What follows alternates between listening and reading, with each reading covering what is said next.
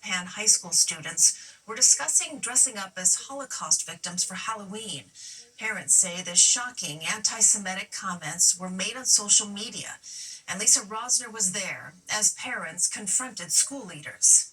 Dozens of parents packed Thursday night's school board meeting to demand answers about discipline being taken against Manalapan High School students who the superintendent says made anti-Semitic posts outside of school. This parent says she saw the social media posts and they said they should dress up as shoeless children from the Holocaust, and one of the other girls said that she wants to fill one of the other girls' vapes with the smoke from the gas chamber. And they said they should kill us all. My grandfather is actually the sibling of murdered shoeless Holocaust children. At the start of the meeting, Superintendent Dr. Nicole Hazel condemned anti-Semitism.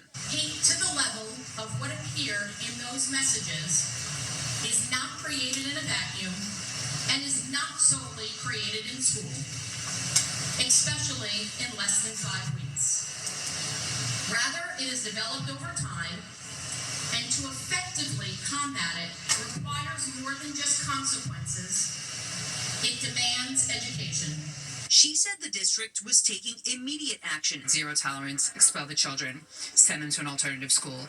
The superintendent said due to federal and state requirements, she can't disclose specific information about the students, but parents want her to make the punishment public so it will deter others. My daughter is sitting home now, crying and anxious every day. The superintendent said the district is committed to ongoing Holocaust education, but parent Beth Katz-Nelson came to tell the board whatever is being done is not enough. I'm a grandchild of Holocaust survivors. Statistics show that a year long of curriculum really does have an impact. She said the Anti-Defamation League has found 1 in 5 young adults think the Holocaust is a myth. In Freehold, New Jersey, Lisa Rosner, CBS News, New York. President Trump's former national Spectrum.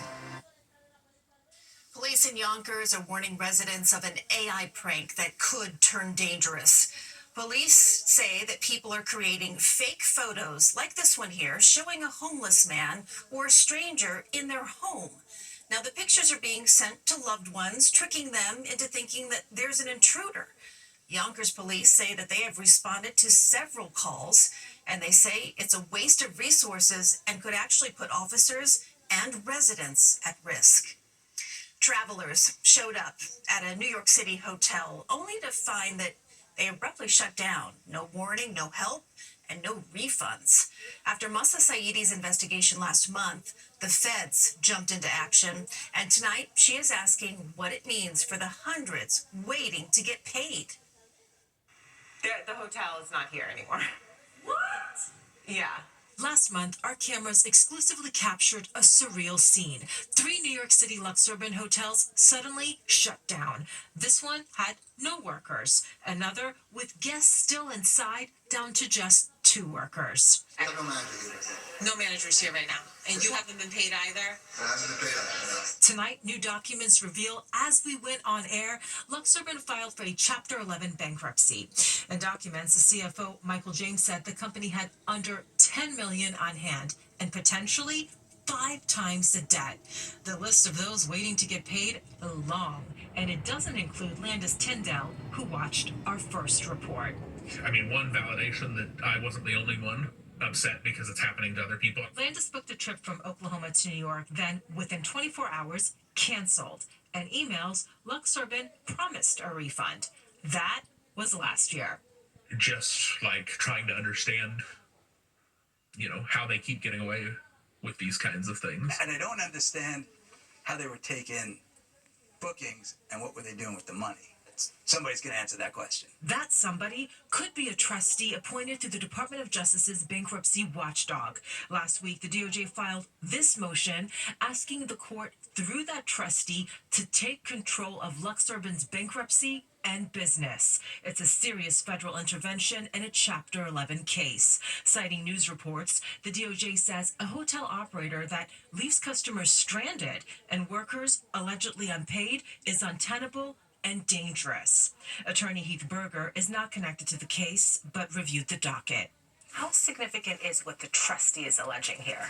Oh, it's very significant. I mean, to see a motion like this done this fast, it is extraordinary. We called LuxUrban and their attorneys. After days of no response, CFO Michael James emailed me. He said LuxUrban will oppose a federal takeover. They filed for bankruptcy to get breathing room and see if they could reorganize and keep operating.